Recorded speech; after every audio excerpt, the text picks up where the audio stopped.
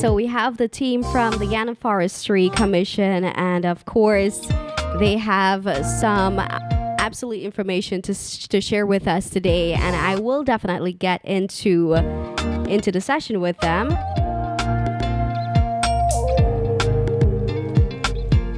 Good afternoon to you. Good afternoon. I have first online, I have Mr. Rainer McAndrew. Good afternoon, Mr. McAndrew. How are you today? Good afternoon. Doing well, thank you, Sonia. I'm glad to hear. So you're not from Berbice. I guess you're from I'm from Berbice. You are? Yeah. I have a Berbician right here with me. But I guess you're not based here. Currently, I am. Okay. Currently you are.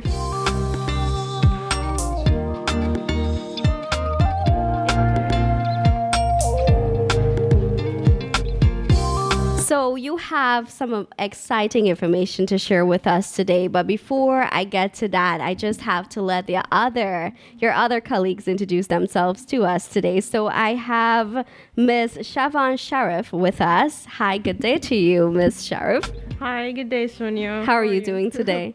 I am fine, I'm fine. So I guess you're from the big city. No. You're Berbician as well? Yes. My God, it's good to have my own people with me today. Feels good.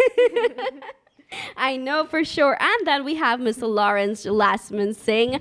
Hello, Mr. Lawrence Lachman Singh. How are you today? Hi, Sonia. I'm great. I'm glad I to be love here. that kind of El Dorado shirt that you have on there. El Dorado?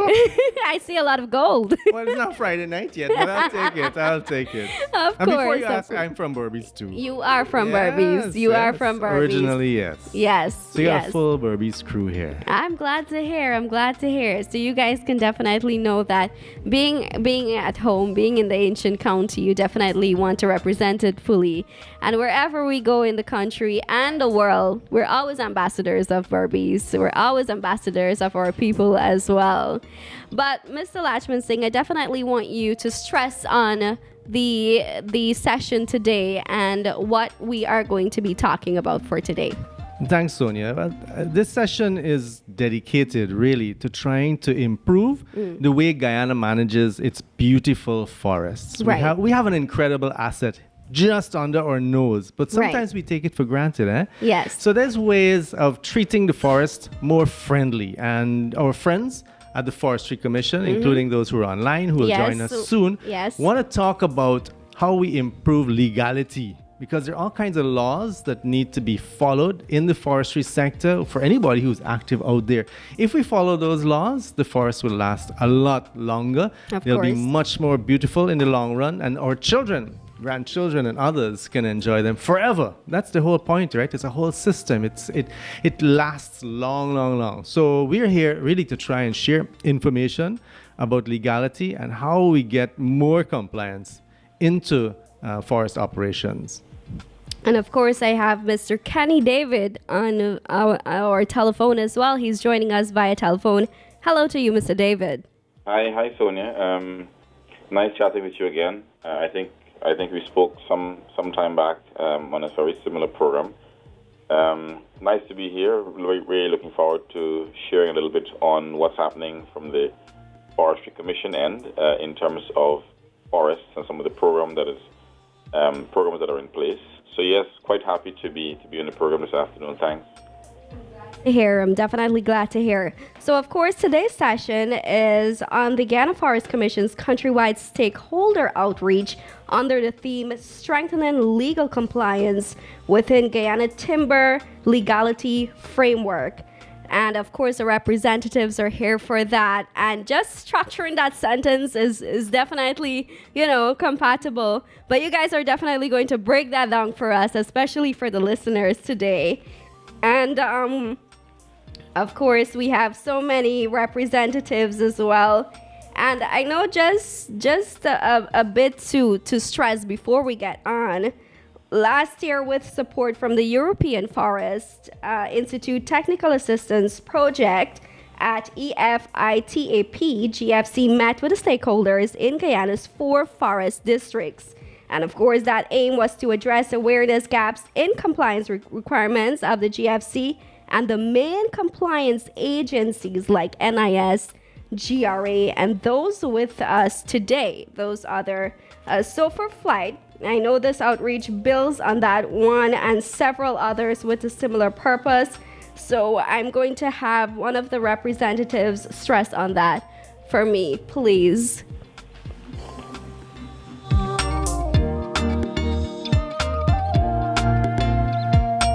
So, Mr. David, I will have you tell us more about that, please. Sure, thanks. I so wish I was in studio, but still quite happy to be able to be part of the program, as I said. So, yeah, I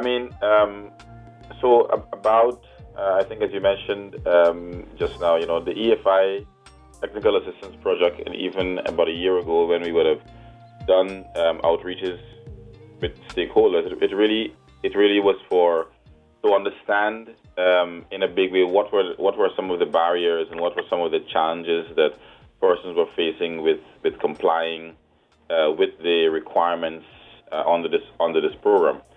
And so what the program is essentially seeking to do is it's really about trade with the European Union, and so trading with the Union requires that a minimum standard be maintained. And so all we're trying to do is to get our stakeholders to understand, first of all, what the standard is and what the standard requires. And then once there is that understanding, it is to be able to comply. And of course, one of the things that happened in the early discussion is that we recognize that there are some barriers to compliance. What are the things that are hindering the stakeholders from complying? And I think it's only fair that we at the Commission, with support from the EU and others, be able to take that into the discussion, bring it on the table, and then as we work with stakeholders to together try to overcome those barriers. So even the sessions we're having now is a step coming out from that earlier discussion to say, okay, we recognize we need to be sharing more information, we need to be building capacity, we need for there to be greater understanding, and hence why the agencies are also with us on these outreaches. So it's all about getting persons to comply with the rules and regulations that essentially govern how we do business within Guyana, within the forestry sector more specifically. That's so true. Thank you so much for that as well. And of course, I know legal compliance with the forestry sector is also an objective of the Guyana's European Union Voluntary Partnership Agreement. Tell us more about that, Mr. David. Sure.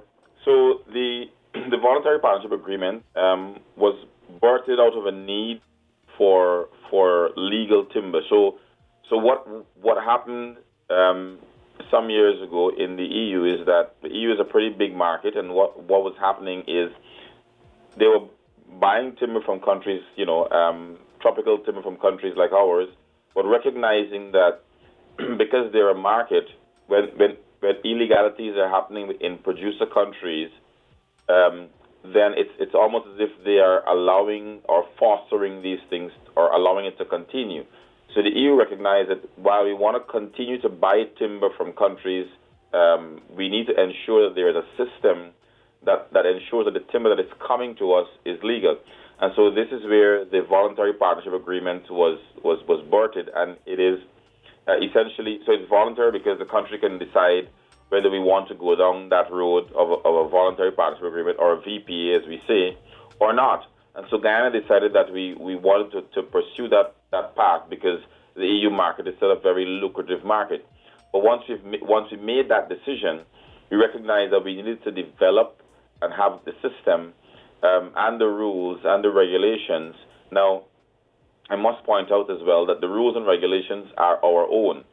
So, because oftentimes what happens when we talk about the VPA, stakeholders often hear, oh, it's just the EU trying to get us to do something that is foreign to us or that is new to us. But really what it is we have said to the EU that what our system will look like is we will ensure our people understand our laws as it relates to timber and timber production and all the rules governing that. And we will ensure that our stakeholders are able to follow those laws, and that will essentially make up the system that we talk about. So the system is not very fancy, not very complex. All it is really it's really all our own laws and regulations being followed by our stakeholders to ensure that when they bring timber to the marketplace, or when timber is going to the EU or even the local market, that timber has met all the requirements that our laws says that we should meet. All right, good. Thank you so much for that, Mr. David. And I know for sure the forestry sector is on a path to extraordinary growth and development as well. I just want to know, is this the first time government agencies collaborate with GFC in their outreach efforts?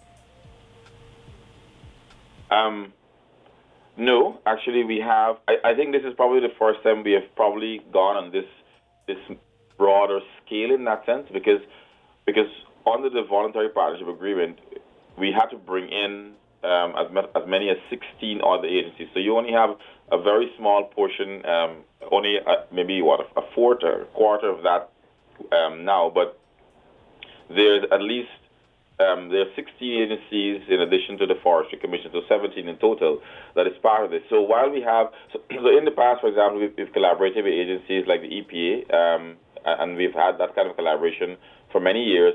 What this program has allowed is, because we have to work with so many other agencies, it's really allowed us to all sit, as I'd like to say, at a common table in a common space. But why I think it's extremely good is that we begin to realize that we can support each other and we can help each other out. Because oftentimes what happens is, we have, so many of us are looking at, let's say, forest operators. But rather than look at them individually, we find that when we have a common conversation, we are able to cover more ground and get more done. So while it is not the first time, it is certainly, at least from the perspective of the Forestry Commission, it is the first time we are bringing this many agencies together. But I think it's really the way we need to go if we want this voluntary partnership agreement to be achieved in a way that we benefit the most at the level of the stakeholders and at the broader level as a country as well. All right, great. Thank you so much for that, Mr. Kenny David, for your collaboration as well. Brilliant work right there. But of course, I would like to get to Mr. McAndrew to elaborate more on that for us.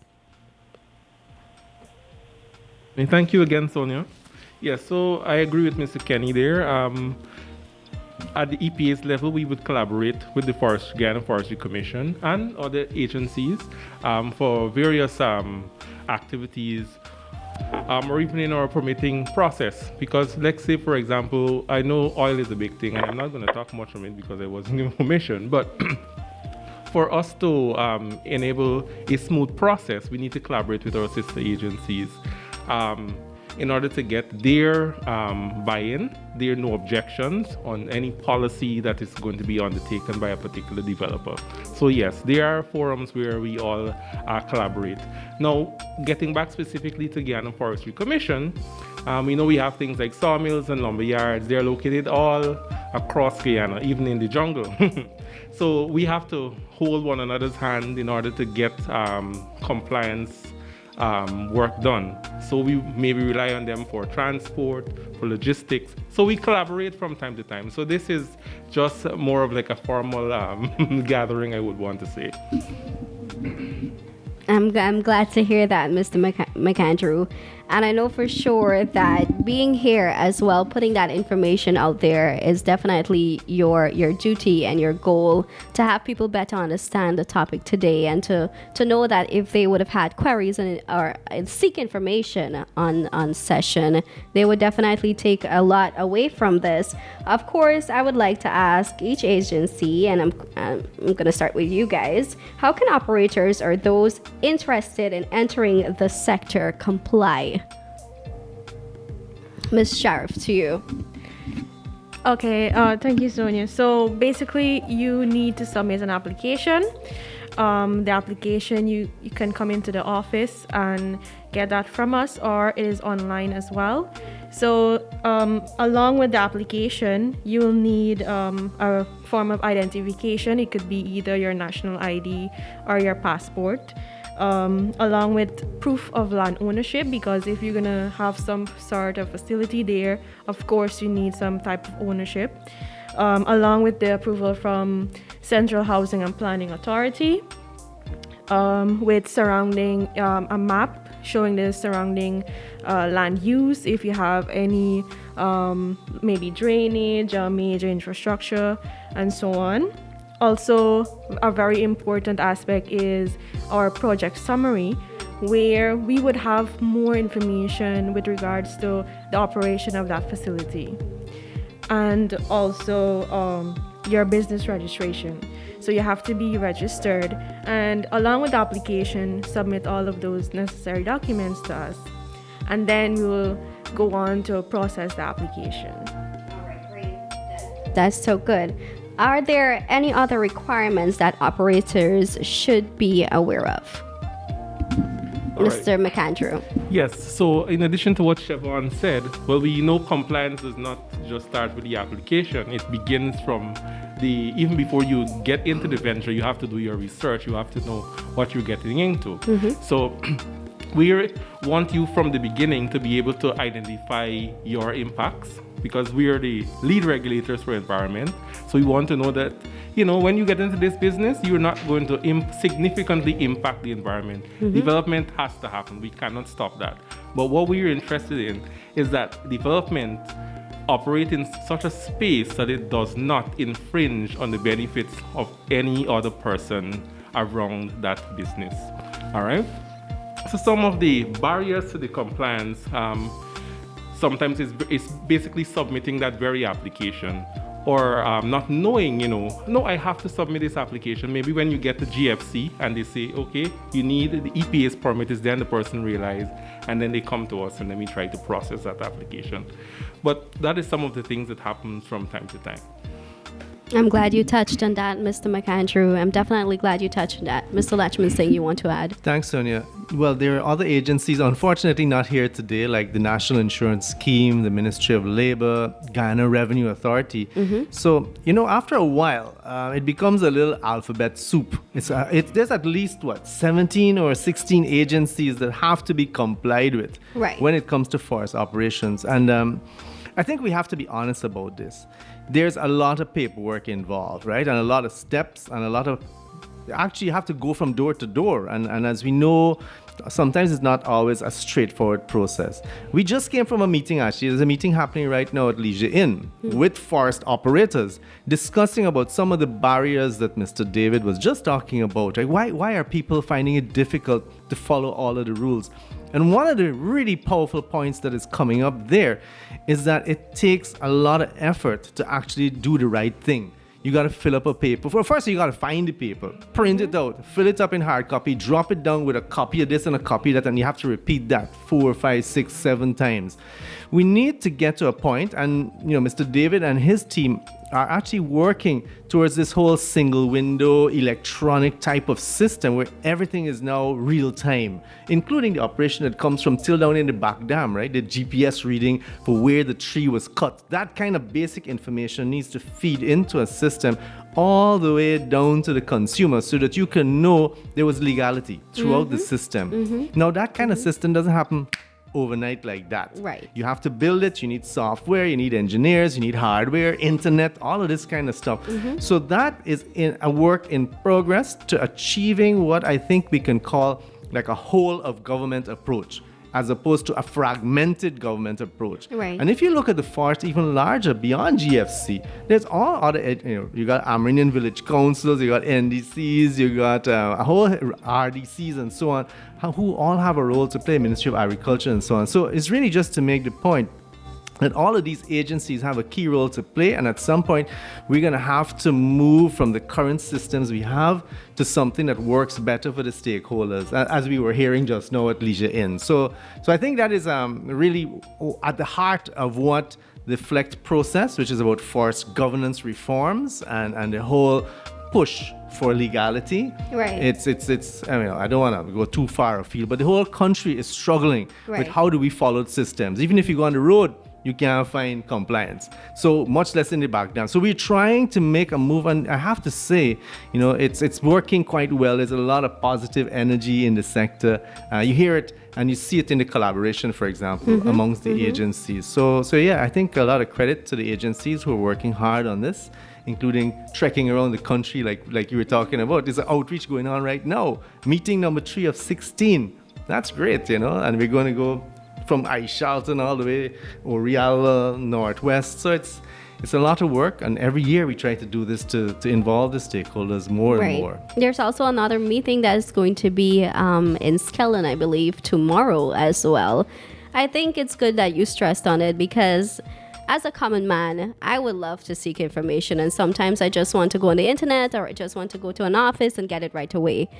Whereas I do not know how it got there. I just know that I wanted the information on something and I just go there and that's it. But I'm glad that you stressed that it just doesn't happen like that overnight. And by magic, there are actually personnel in place, systems in place for that to happen. And yes, that too. The main man in the magic field.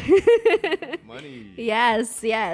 So I'm going to bring back Mr. David for this one. Mr. David, my question to you is, so of course stakeholders can visit GFC stations in their area on our website as well, forestry.gov.gy or euflegt.gov.gy. They can also call the FLEGT Secretariat on 226-7247 or 5351. Where can stakeholders find a list of requirements applicable to their operations? As you would have mentioned, while they can find that information, it is on the same site that you've mentioned. So in fact, when they go to the website and they actually highlight, of course, we will do even now as we go out. One of the documents that we have as part of the package would be a list of requirements that every stakeholder has to comply with. And I must say, I just want to stress again, Sonia, these requirements are not new. They are things that we should have been doing, and for various reasons may not have been doing. As yourself and Mr. Latson were discussing just now, there could be challenges, and I think my other colleague from EPA mentioned that sometimes, knowing what has to be complied with, may be the problem. Maybe people simply do not know.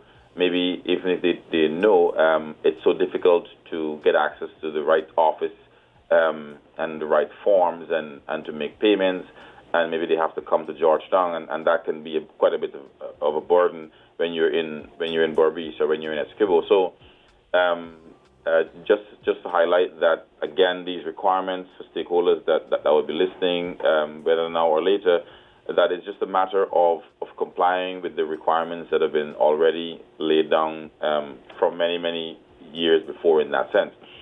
But again, if you're able to go to if you are able to go to the website, of course you can always come to the Secretariat itself. But if you're able to go to the website and you can actually click on the EU FLEGT, the VPA agreement itself actually highlights in that document the annex. It's called it's divided into annexes, and within the second annex of that document, you can find, so depending on the type of stakeholder that you are, and they will know themselves. If you're a sawmiller, then you will find a particular part that speaks to processing operations. If you're a concession holder, then something specifically. Also on the FLEGT website as well, we have also put, we've actually extracted that annex and did a nice summary table so you could easily find the information that pertains to you. So rather than go look, because the document is quite massive in that sense, but you can find 2 pages that speak specifically to you, and depending on the type of operator that you are, you can then see what are the requirements that you have to actually comply with. Maybe just to add in as well, Sonia, when we talk about compliance and being ready for this system, it is going to take some time, and I think it's important for stakeholders to understand. While we're talking about it today, it is by no means for people to think that they'll be required to do all these things or have everything in place tomorrow. But what we are saying is we have to keep moving forward. So the expectation is that as let's say we have these 4 agencies that we're going with now. Let's say the next round we bring another 4 agencies. The idea is that within, let's say, a year's time, there is compliance with these 4 agencies, and then we add some more, or in 6 months there is compliance, or 8 months. So it is progressive. But just to note that the implementation of the agreement will take some time, but the idea is to take that sort of stepwise phased approach. But as a country, as stakeholders together, we and with the Forestry Commission and all the other agencies, we're moving progressively forward. All right, great. Thank you so much for that, Mr. David. So, of course, we're getting to an end of today's session, but I just wanted to bring back Mr. Lachman Singh for this. So, of course, Mr. Lachman Singh, you have been on several outreaches with the GFC and facilitated many outreach sessions as well. My question to you is, should meeting on one-on-one with stakeholders remain a sector priority, or what new approaches may be needed to reach stakeholders? Thank you for the question, Sonia. And I think what you're saying is that it's already actually happening, this one-on-one going around and talking to stakeholders. It's actually quite refreshing, I must say. Many things in Guyana just happen. Well, somebody said gotta happen and put up. It happened just so. Somebody from on high, let's just say, right? The boss commands something to happen. Right. This is an incredibly, if I dare say it, a very democratic kind of process where it's very bottom up and it's very inclusive and it's very transparent. And we always, there's a lot of, what's to say? People are very, they don't have hope sometimes. They say, oh, nothing is changing. It's always this and that. But you go down and you talk to these stakeholders across this country. It doesn't matter what you want to talk about. Right. You just get them in the room and you have a well-designed space, right? Let's say you set up the room nicely. It's cool. It's clear what we're here for, how long it's going to be, what's the agenda. And listen, Guyanese will jump in and give you their heart and soul.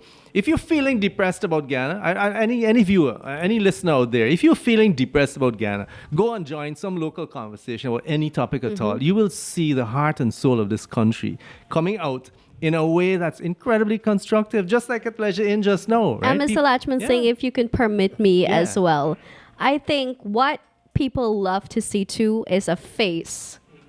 To have a face, to actually have hands-on with people and to have that one-on-one, a face-to-face kind of interaction with people, not just going online and you go to a link and then there's some information provided and you have to fill out a form and then you have to, they actually want their queries and questions to be resolved there and then, to be answered there and then, to know, all right, Jack, if I'm going to do this, how can I get this out of form to go with it? How can I get this? That's what people like to hear as well. It's hands-on. You're absolutely right. And this, you can't just do this by Facebook. You can't do it by phone. You have to actually have the interaction. And Guyanese like that. And I think that's one of the great lessons the forestry sector has demonstrated. This hasn't just started recently. It's years now. These meetings have been happening on the ground every year. I hope it will continue for a long time to come. But it's very constructive. And I think it's quite a credit to the sector. In fact, Guyana is rated very highly worldwide for this kind of thing that we're doing right now. It's not normal. I'm looking at my EPA colleagues here. This kind of cooperation and systematic going out to stakeholders is a struggle in most other countries because the authorities don't think it's important. They don't think it should be, you shouldn't be spending time while y'all just want to go on a joyride, blah, blah, blah. They don't see the bigger picture and they don't appreciate as much as I think our leaders do. And this has been going on for, 10 years. Mr. David has been working on FLEGT for 10 years, consistently over the years. GFC's leadership and our national leadership has given support to this kind of very democratic forest process. I'm very proud to be involved in it because I get hope every time. People are so upbeat. Even if the turnout is low, I think we blame ourselves for the low turnout. So maybe we didn't mobilize, but we won't blame the people. Right? Maybe one thing we could do differently, we were discussing the other day. We could go to them sometimes, right? So always they have to come to us. So they're coming to us at Leisure Inn, right? And today, we ain't got no small fry. We got owners and sons of owners and daughters of owners. We got big people who are in forest operations. But Sometimes we don't, or sometimes the turnout is low. I would say one of the things we have been discussing is maybe spending some time also doing some outreach to the actual lumberyard, to the sawmill, to the concession, and having one-on-one sessions with the people who control the decision making at that level directly. So if they're gonna send somebody who just come out of high school and say, man, just go and fill up this seat at GFC, invite you to this meeting, y'all go, well, that's not so helpful for us, because when that person goes back, it's not much they can change. In fact, the boss don't even want to see them to hear what any not report targeting the right audience there. So, but today was great. I think in terms of the quality of the turnout, in terms of the level of seniority, it was perfect. But we can add new ideas as we go. We're learning all the time. This outreach thing is not a black and white science, but we're learning, and I think a lot of good spirit is in the room. And in the process, there's a team, actually, an oversight team comprising all the agencies and indigenous reps and so on that is managing and guiding us as we do this work. So it's really inclusive and it's very encouraging. So thanks for the question and thanks for the time. Yes, Mr. Lawrence. And just to stress a little more about the meeting that is going to be happening on the quarantine tomorrow. So that is going to be in Skeldon, I believe. At Taj Mahal. Taj Mahal, that's in Skeldon. And of course, it's from 9 a.m. to 3 p.m., I believe. So all stakeholders, you can definitely come out and be a part of that session. I know for sure you have questions. I know for sure you have something to learn, something to grasp from that session as well. And of course, just to wrap up today's session, Mr. Sheriff, Ms. Sheriff, if you have anything else that you want to close, any closing remarks for us? Yeah, well, I would just like to encourage developers to, don't see the process as a burden or because it's long and, you have to get all of these documents. Don't see it as something that is troublesome for you. In the end, it will benefit you. There are numerous benefits to have an authorized facility and also following the environmental regulations, EP and all the agencies. So I just want to encourage developers to continue, the ones that are with us to continue, and the new ones. And also, we can't stop development. We encourage that. And in the current situation in the country, we are, open arms to everyone. So we just want, we want to guide these developers to go in the right direction. So in one hand, we want to encourage development and also save our environment, protect our environment. So that's all I have to say. All right, Mr. McAndrew, anything you would like to add? Thank you again, Sonia, for having us. And just to say, we welcome anyone who have any questions or want any clarifications. Visit any of our offices, GFC, EPA, NIS, or partners. You check us and we can guide you through this process in order to ensure that there's compliance. And I'm pretty sure you're going to have more sessions in the near future as well to continue this extraordinary initiative that you have right now. Definitely. And I know for sure I'm going to see your faces again, once again. Mr. David, anything you would like to close? Any closing remarks for us today?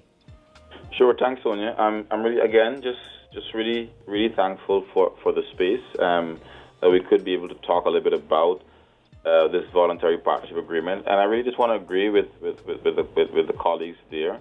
That while don't let the process and what it requires seem to be too daunting or a bit too much to deal with. I think for me it would be to help stakeholders to recognize that the world is changing.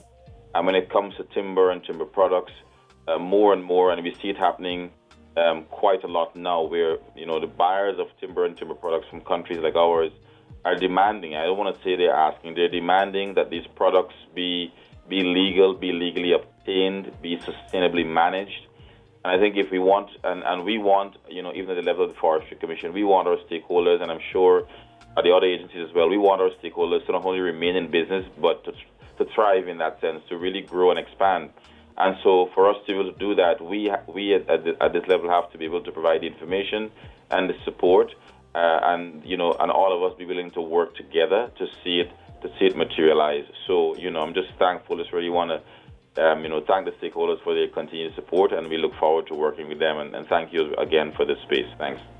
Thank you so much, Mr. David. So, guys, of course, I would like to remind you again, the session is based on the Guyana Forest Commission's countrywide stakeholder outreach under the theme Strengthening Legal Compliance within the Guyana Timber Legality Framework. Of course, legality is the key word for us here today, and we had a great sessions with 3 in-studio representatives as well as Mr. Kenny David that has weighed in on today's session as well. Thank you guys so much for coming on board and letting us know what is what. As Mr. Lachman Singh said, what is what? All right, guys, take care and be sure to head on over to the session tomorrow that will be happening at the Taj Mahal. It's going to start at 9 a.m. All stakeholders, you definitely can take importance and take advantage of that initiative as well. Take care, you guys, and have a safe trip back home.